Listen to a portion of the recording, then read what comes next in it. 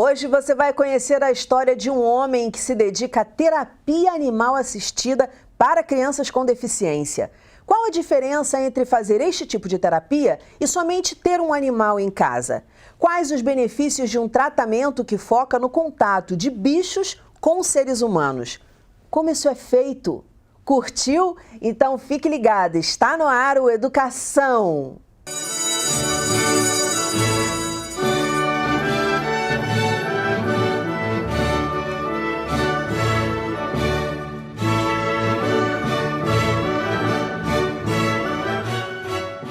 Eu vou conversar com o professor associado da Faculdade de Ciências Médicas da UERJ, doutor e pós-doutor em ciências, Alexandre Bello. Muito bem-vindo, Alexandre, um prazer conversar com você, ainda mais alguém que gosta tanto de bicho. E aí eu queria que você voltasse no tempo um pouquinho. Como é que foi a educação? Você sempre teve contato com animais em casa? Ou isso foi uma novidade para você depois de mais velho, quando você efetivamente decidiu estudar isso? Eu sei que tem uma questão familiar aí que a gente vai comentar daqui a pouco, mas eu queria voltar lá para a tua infância e queria que você contasse um pouquinho disso. Você sempre gostou de bicho? Olá, um prazer estar participando desse programa. Eu agradeço antecipadamente o convite.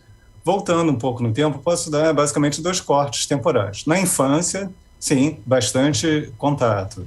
Eu lembro até de ter um cão São Bernardo em casa. Eu tinha por volta de uns 4 anos de idade. Nossa, meu irmão grande, montávamos... O São Bernardo é um cão grande. E a gente montava como se estivesse montando a cavalo nele. Você tinha uma quantos casa anos?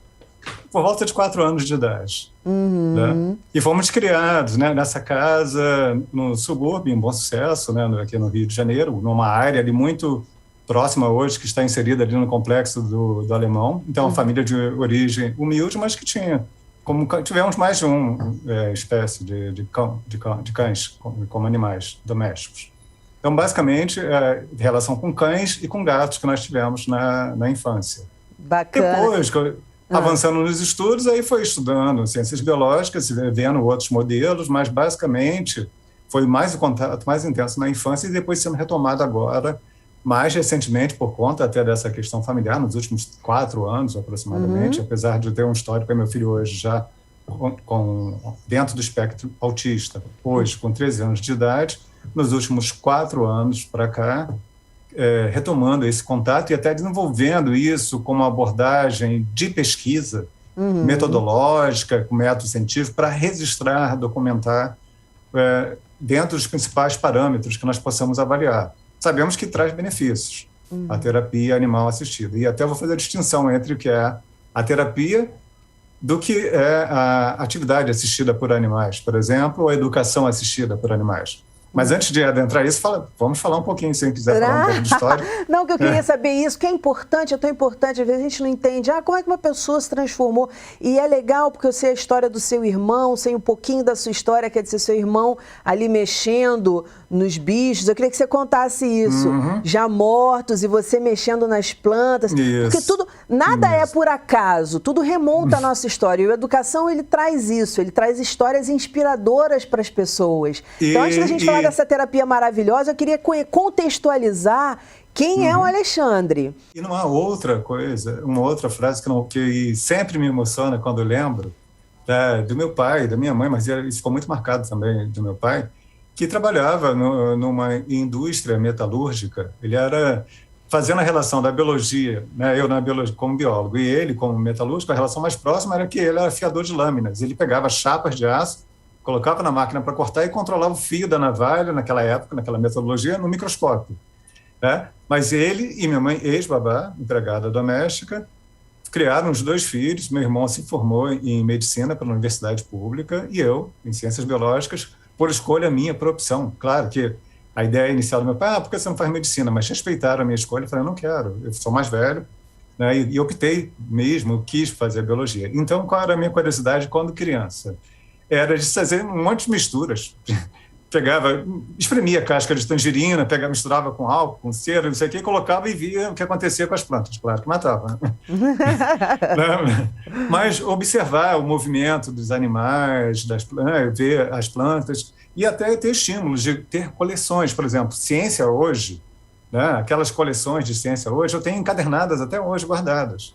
Que Os bacana. cadernos MEC de iniciação à ciência, um dia desses fazendo arrumação aqui no armário, aqui em casa, são quilos e quilos de papéis antigos, mas esses ficaram guardados, que estão lá de 72, 70, cadernos MEC de iniciação à ciência. Então, meus pais, mesmo com pouca formação que eles tiveram a nível de educação, meu pai depois, quando já estava no ensino médio, que ele foi realizar o ensino médio, minha mãe parou na antiga admissão, mas muito culta, até o dia de hoje, a formação que ela teve, criada em colégio interno até os 16 anos, ela aprendeu muito de grego, de latim, francês e tudo, ela aprendeu muita coisa.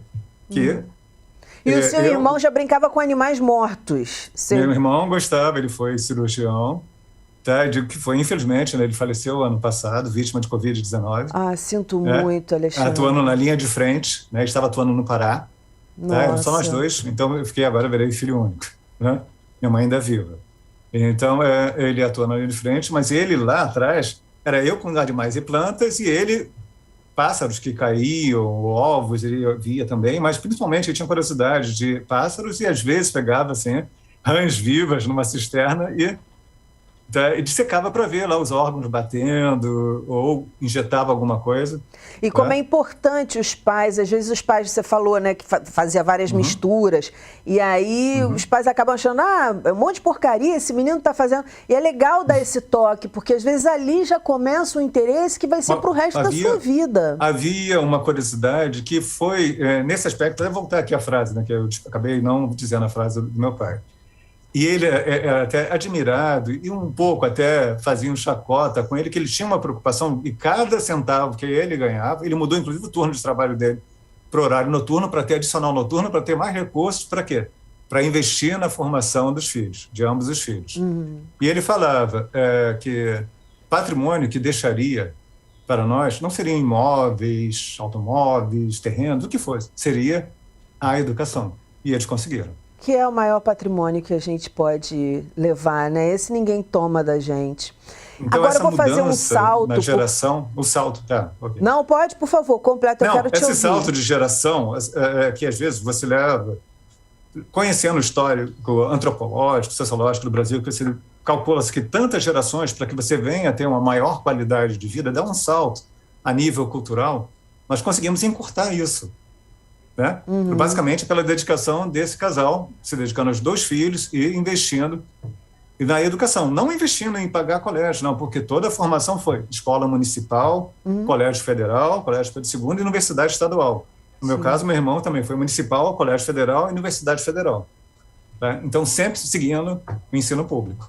Claro que a gente não está descartando aí a situação econômica, a situação social, nada disso a gente está descartando.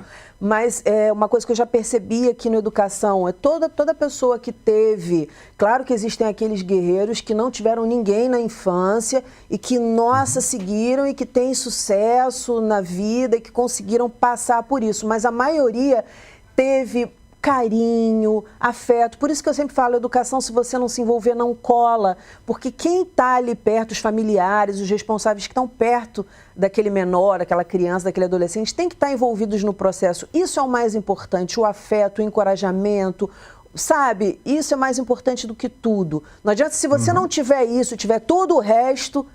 Eu já vi que você não tem nada. Assim, pela minha experiência de vida, as pessoas que eu já escutei ao longo de todos esses anos de vida e de profissão, geralmente é assim. E que bom que você teve isso e que bom que você está passando isso adiante. Aí eu venho para o nascimento do seu filho, porque a gente já sabe a sua formação e a gente quer muito saber sobre terapia animal. Aí eu queria que você contasse um pouquinho como é que você chega até a terapia animal para a gente poder aprofundar nela. Por 2007, 2008 aproximadamente, depois de já ter passado por praticamente uma dúzia de diferentes profissionais do meu filho, desde o nascimento, neurologistas, psiquiatras, psicólogos, geneticistas, uma gama muito grande, e sempre viu um padrão de desenvolvimento dele um pouco diferenciado, no sentar ainda com 8 meses, lá ficava mais molinho, já tinha um padrão comportamental já diferenciado. A gente percebia que tinha, bem idade bem tenra, bem bebê, né? E ao longo disso, passando por todos esses especialistas, já maior, e depois de ter feito alguns exames, vários testes, ele foi encaminhado e demos sequência ao acompanhamento dele na APAI Rio, aqui mesmo na APAI, no bairro da Tijuca. E lá conversando com outras mães, com outros responsáveis, eles falando, vocês não conhecem o trabalho que é realizado lá nos jardins do Hospital da Lagoa com pôneis? Eu falei, não, que trabalho é esse? É um trabalho em que as crianças vão lá uma vez por semana e têm contato com os pôneis que atravessam do outro lado da rua, da sociedade hípica. Né?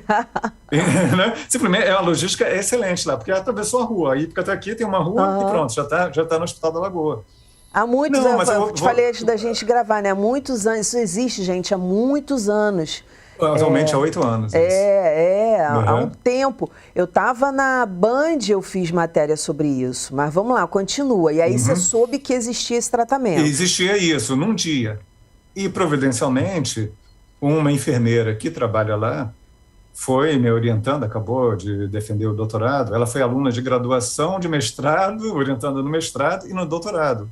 Ou seja, já há 20 anos trabalha comigo e é servidora concursada do Hospital da Lagoa. Eu telefonei e no dia seguinte eu já estava com o telefone da veterinária responsável pelo projeto. Você tinha que ir para esse projeto mesmo, tinha que começar a investigar. Parece que o universo, né?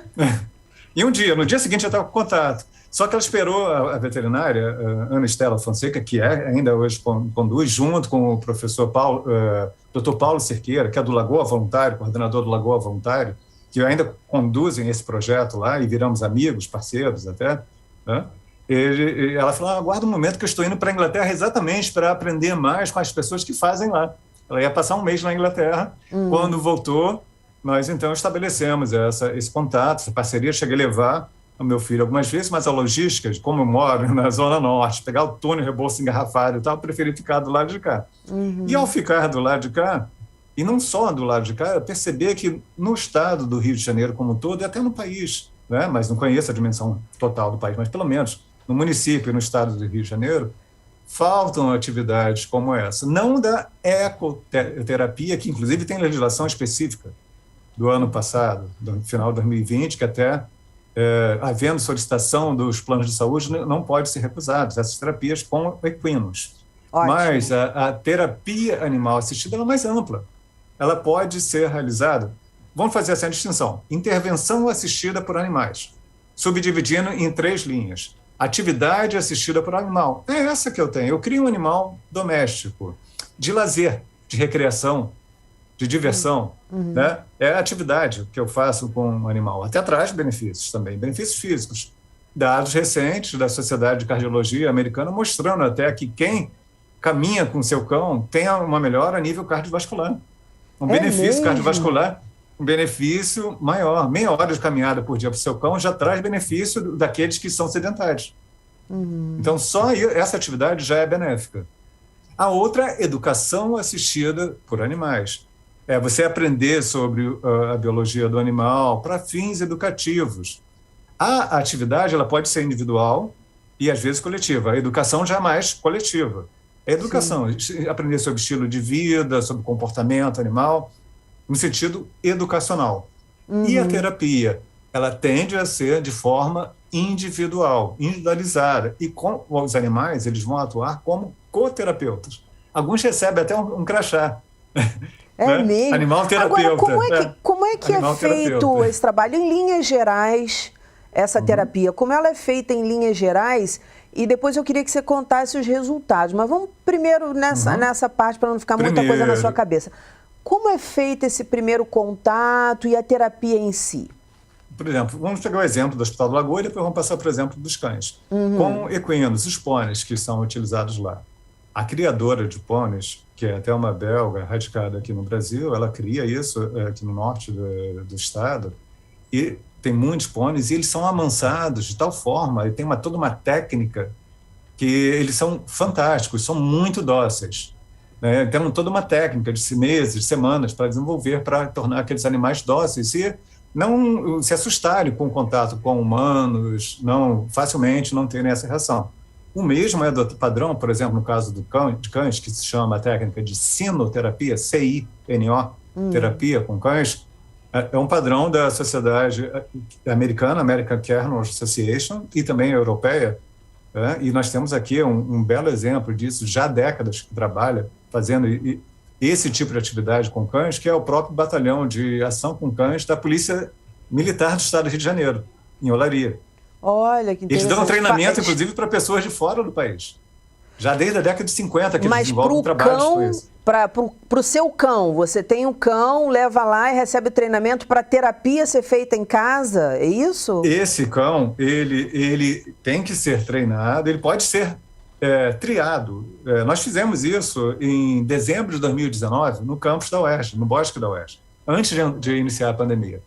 Então, nós fizemos uma chamada pública, assim, na internet, divulgamos, sempre divulgando nas redes sociais, e apareceram várias pessoas, até de Teresópolis, foram lá levar animais da vizinhança e mais distantes, e dentro de um perfil de uma certa faixa etária, tem que ser um cão não muito idoso, até os 4, 5 anos de idade. Algumas raças são muito mais, claro, labrador e outras são muito dóceis, né? Mas tem outras. E há quanto tempo de treinamento, Alexandre, até o cão estar pronto para estar com a criança, por exemplo, com deficiência em casa, fazendo a terapia? Isso já vai depender do comportamento prévio dele, né? Em média, assim, algo em torno de 9 meses a um ano, até menos, você já pode ter. E levando o cão quantas vezes, assim, por semana, para ir? Quantas horas por semana? São sessões semelhantes às sessões da terapia. São períodos de treinamentos em torno de 45 minutos a 1 hora, uma vez por semana. E aí leva a criança também? Não, nesse primeiro momento, só o animal. Quando o cão já está preparado, e aí já vamos utilizar esses cães já treinados antes, tá? Então nós já vamos utilizar, por exemplo, no trabalho que estava previsto para ser iniciado, agora talvez venha a ser retomado em 2022, no setor de pediatria do Hospital Universitário Pedro Ernesto, são os cães da Batalhão de Ações com Cães da Polícia Militar do Estado que vão atuar, com a equipe da Polícia Militar. Então já são muito treinados, já estão prontos. E eles têm um treinamento específico para interagir diretamente com a pessoa. Tá, mas nesse caso você leva a criança para o tratamento ou você leva o cão da criança? É isso que eu estou querendo... Não. Não é o cão da criança, é um outro cão já treinado. Um outro cão treinado, mas esse cão ele não vai para casa com a criança depois de treinado. Não precisa. Tem que haver o deslocamento. Não existe serviço, por exemplo, que treine um cão, por exemplo, igual o cão-guia. O cão-guia geralmente é treinado e ele vai para casa com o cego. Nesse caso específico que a gente está conversando aqui no programa, não. É diferente do cão-guia. Por quê? É importante que isso seja feito num local, acompanhado pelos profissionais, com esse objetivo terapêutico. Você tem que ter uma documentação, o registro. Então, por exemplo, o que nós vamos aplicar, até uma dissertação de mestrado de uma aluna minha, que será aplicado nesse trabalho lá feito no Pedro Ernesto e no campus da UERJ. Porque um questionário desenvolvido em 1998 por um pesquisador que depois em 2008 foi aplicado na Unifesp, Federal de São Paulo, em que ele avalia a qualidade de vida pediátrica sob o parâmetro físico, que é a capacidade de desenvolver atividade física, de caminhar um quarteirão. Então, são um total de 23 perguntas em 4 blocos. Um domínio é o domínio físico, que é a triagem para a pessoa poder participar do programa. Aqui no Rio de Janeiro, Alexandre, a gente só tem lá na UERJ e no Hospital da Lagoa. Como é que a pessoa que está assistindo a gente, por exemplo... Na UERJ, que vai, de fato, iniciar. A gente já fizemos oficinas, já tem até um capítulo de livro publicado. Mas quando íamos iniciar, março de 2020, né, veio exatamente a pandemia e paramos tudo. Não retomamos ainda. A pessoa que está interessada... A UERJ de São Gonçalo faz, Federal Rural faz, além dos núcleos particulares também que fazem ecoterapia. Ótimo. Aí é só jogar assim no Google, você tem as palavras-chave. Agora, sempre te dá um manualzinho pro pessoal que está assistindo a gente. A pessoa que está assistindo agora, né, as coisas melhorando, como é que a pessoa procura e encontra uma terapia dessa mais próxima de casa? Como é que localiza? Se quiser focar em animais como cavalos, equídeos, ecoterapia, terapia. Ou outra palavra, terapia assistida por animais. No caso, como eu citei, tem o Federal Rural do Rio de Janeiro, faz um belo trabalho há muitos anos, a própria UERJ de São Gonçalo tem um grupo de trabalho com cães também. Então, no estado, no município do Rio de Janeiro, né, no município particularmente, nós temos, quer dizer, aí no caso São Gonçalo já é outro município, então tem em São Gonçalo, tem em Paracambi, naquela região de Paracambi, então tem outros núcleos que fazem trabalhos com animais. Muito No caso bom do projeto saber. específico da UERJ, se digitarem na barra do navegador zooterapia, zoo de animal, de zoológico, zooterapia.com.br, vai cair no site do nosso projeto, na fanpage do Facebook, que depois a gente vai ter um site próprio. Você já explicou mais ou menos, quer dizer, você já explicou bastante a diferença, né? Já deu para sacar a diferença entre você ter um animal em casa e a terapia. Você falou, tem uma galera lá, são os profissionais que estão ali. O animal em casa tem os seus benefícios, como você citou, o passeio e tal, mas é diferente de fazer essa terapia. E eu queria que você contasse alguma história ou histórias e falasse do seu filho também. Qual é o progresso que você vê, assim, em termos da criança tá se desenvolvendo, tá conseguindo fazer realmente essa troca e tá se desenvolvendo? Só retomando um pouquinho antes, que eu comecei a falar do questionário, né, de avaliação de qualidade de vida, sobre o domínio, então, físico, o domínio emocional, o domínio social e o domínio cognitivo. Então, são 4 áreas que são avaliadas por vários profissionais, né, da psicologia, neurologia, Perfeito. etc. Então, com isso, a gente consegue, e perguntas simples, que podem ser respondidas pelos responsáveis de 0 a 2 anos até 18 a 25 anos. Então, nós conseguimos trabalhar com crianças e adolescentes. É um espectro bom. E um questionário já validado em vários idiomas em mais de 40 países. Então, nós temos ali todo o teste estatístico que eles mesmos já enviam juntos, de forma gratuita, com autorização da empresa para poder aplicar. É um questionário registrado com direitos autorais, mas nós estamos autorizados a utilizar para fins de pesquisa, sem fins lucrativos. E é isso que nós queremos fazer, mostrar a validade. Porque o que você acabou de perguntar, nós temos registros empíricos. Por exemplo, lá no Hospital da Lagoa, está registrado em vídeo, com autorização, direito de uso de imagem, tudo direitinho, uma criança com paralisia cerebral que ficou 2 anos em tratamento num grande centro de terapia, aqui no Rio de Janeiro, em 4 sessões aproximadamente, ou seja, 1 mês de contato com o pônei. Ela mal se mexia, ela já começou a exercitar movimentos em direção ao animal, movimentar a cabeça e até tentar falar, mas tinha dificuldade. Então, Deus. 2 anos de terapias, vários profissionais, ao ter aquele contato com o animal, que lá 4 não tinha, vezes. 4 sessões. Já começamos, registramos em vídeo, né, a Ana Estela e o pessoal de lá registrou em vídeo essa mudança. Então, você acha que é algo que vai ter que esperar pela evolução de, sei lá, muitas semanas? Não. Empiricamente, então, a gente quer começar a registrar isso, ter isso. Mudou nesse domínio em quanto tempo, Alexandre. em quanto tempo, e está isso dentro de uma visão da universidade, de prestar serviço, é um serviço de extensão, mas que está com viés totalmente de pesquisa também agora. Sim, isso é maravilhoso. Quantificar, mostrar isso, e começando a conversar com os outros pares, com os outros colegas, que na realidade a gente já está pensando até hoje em avançar, com apoio até, claro, dos nossos amigos da Alerj, que a gente possa expandir esses núcleos usando esses modelos. Cão, você pode usar cão, gato, jabuti, lagarto, vai muito até do aspecto da pessoa não ter a fobia por determinada espécie de animal. O que primeiro se estabelece, como foi o caso dessa menina lá do Hospital da Lagoa, é um vínculo afetivo, a relação homem-animal, muito mais intensa do que interpessoal. A gente vê essa quebra de barreiras, né, desse vínculo social se estabelecer, esse vínculo afetivo com o animal muito mais fácil do que se estabeleceria até com o próprio familiar. Que interessante isso, muito interessante. E isso remonta à nossa origem da espécie humana, com os cães e com outros animais. A gente não sobreviveria no planeta sem eles, né? O cavalo, por exemplo, para vencer longas distâncias, para a gente povoar o mundo, teve que ter o cavalo. O cavalo teve que fazer parte disso. E conseguir domesticar aqueles animais que a gente representava uma certa ameaça, como lobos e outros, que o cão, né, selvagem que veio a ser domesticado para ajudar na caça, no processo de caça, por exemplo, ser companheiro desde milênios.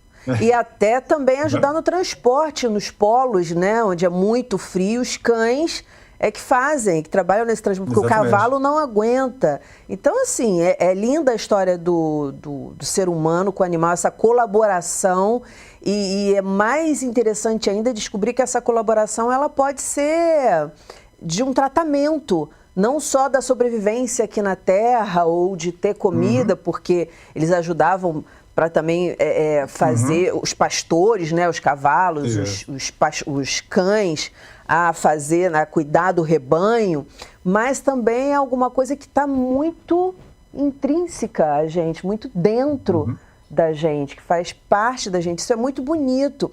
Com cão, por exemplo, com cavalo, eu cheguei a ver eu montar, andar um pouco, fazer o carinho. Com cão, como é que é isso? Como é que começa esse primeiro contato da criança ou do adolescente com o cão no tratamento? Certo. Até levando em conta que alguns têm esse receio. Tá? Então, a experiência que eu posso relatar, por exemplo, aqui até deixando público, registrado mais uma vez o agradecimento ao Canil da Guarda Municipal do Rio de Janeiro, e que são, até hoje, têm sido parceiros nesse trabalho também desenvolvido na UERJ, as oficinas que nós fizemos, atividades, estamos sempre presentes, temos pessoas, dois Muito integrantes legal. da Guarda Municipal no grupo da UERJ. Na realidade, o grupo de zooterapia, que a gente chama da UERJ, tem pessoas do Hospital da Lagoa, da Guarda Municipal, da própria UERJ, da PUC. Então, ele não é restrito à UERJ, ele é aberto a alunos e profissionais de outras instituições também, que trabalham cooperativamente. Então, nesse trabalho, por exemplo, da Guarda Municipal, em final de 2019, com alunos no projeto de inclusão lá da UERJ, que eram alunos jovens e adolescentes, por exemplo, relatando a experiência de um deles, em que naquele momento que estavam os cães ali, em que era uma atividade, não era uma terapia de fato, era uma atividade de demonstração como se desenvolve a terapia, uma das etapas. E a professora levou para essa atividade como levava para outras também. Nós vimos aí, tempos depois, 2 quebras de paradigma. Um foi instantâneo. Um dos alunos, adolescente, por volta de 18 anos, enorme, mais alto do que eu tenho 1,75 m, ele bem mais alto, ele falou, olha, eu tenho medo de animais desde a minha infância. Eu falei, não, vem aqui comigo, não tenha tranquilo, eles são muito mansos, começa a colocar a mão nele. Vai se aproximando com a mão abaixada, ele não vai te morder, não vai reagir, é muito manso. Veja só, começa com esse pequenininho aqui. Aí temos vídeos da época, da UERJ Sem Muros, 2019, com uma menina em cadeira de rodas, cadeirante, com dedos no colo. E esse rapaz, que aos poucos foi se aproximando, tempos depois, naquela 2, 3 horas que estávamos aí, ele já estava guiando um dos cães, dando volta pelo pátio. Ah, que coisa linda, que coisa linda. Ele começou, então, aí, no final, uma coisa muito emocionante, um relato dele, ele falou assim, olha, hoje eu ganhei o dia, eu tinha medo de cães e hoje eu fui capaz de brincar com 2 deles. Aí eu falei, não, quem não ganhou o dia não foi você, fomos nós. Fomos nós. Mas você viu, o pessoal que está em casa, gente, quando a gente consegue superar um medo, não é a coisa mais libertadora do mundo para qualquer ser humano? Você tem medo daquele negócio e consegue... Cara, eu digo isso porque eu tenho medo de cachorro grande. Eu fui atacada por cachorro grande quando era pequena 2 vezes. E eu perdi um pouco do medo. Não vou dizer assim, eu sou destemida, mas eu perdi um pouco do medo. E isso é libertador, é muito bom. Alexandre, a gente está estourando aqui, a gente já estourou o nosso tempo. Queria saber se você quer deixar um recado para a galera que está em casa, porque eu vou precisar me despedir de você, infelizmente. Muito obrigada pela sua participação aqui. Você quer deixar algum recado para a galera que está em casa? O que você aprendeu nisso aí durante todo esse tempo de estudo sobre essa terapia? Não, voltando até um pouco dessa experiência pessoal, de você transformar um problema, um desafio, numa solução. Foi que, de fato, aconteceu isso. A partir do momento que eu soube, que me interessei, comecei a investigar, daí eu tenho essa problemática de um filho com portador de necessidades especiais dentro do espectro autista, ainda que hoje ainda tem receio, ele vai ainda receoso lidando com os animais, tá? Mas isso se transformou numa bandeira, numa causa, não valorizando o problema, mas uma alternativa viável, não só para ele, mas que possa ser um serviço público de qualidade dentro do contexto até da saúde única, do SUS. A gente, o fechamento é esse. Hoje a gente está pensando em que isso algo que possa ser nucleado, espalhado por todo o Estado, de uma forma muito mais fácil. Esse exemplo que você deu de 4 sessões contra 2 anos de terapia sem animal, nossa, caramba! Alexandre, muito obrigada. E a Guarda Municipal tem outro exemplo também de um menino que tinha medo de formiga, e tudo quanto era animal, e que em poucas sessões também, um dia assustou a mãe chegando com um lagarto na mão. Ele me assustaria, eu tenho horror a lagarto. Ele tinha medo de formiga, e perdeu tanto medo dos animais que chegou a levar um lagarto para casa. Coisa linda. O meu maior sonho é superar meu medo de lagartixa. O dia que eu superar, por isso que eu entendo quem perde o medo, porque é uma coisa assim que é ruim, né? É ruim sentir medo. Alexandre, muito obrigada. Você deu exemplos maravilhosos aqui, deu dicas para a galera que está em casa buscar realmente esse tipo de tratamento. Segura aí um pouquinho para a gente conversar um pouquinho mais. Eu só vou me despedir da galera e já volto, tá bom?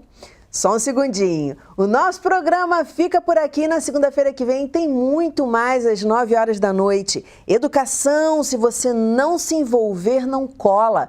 Saúde, saúde e até lá!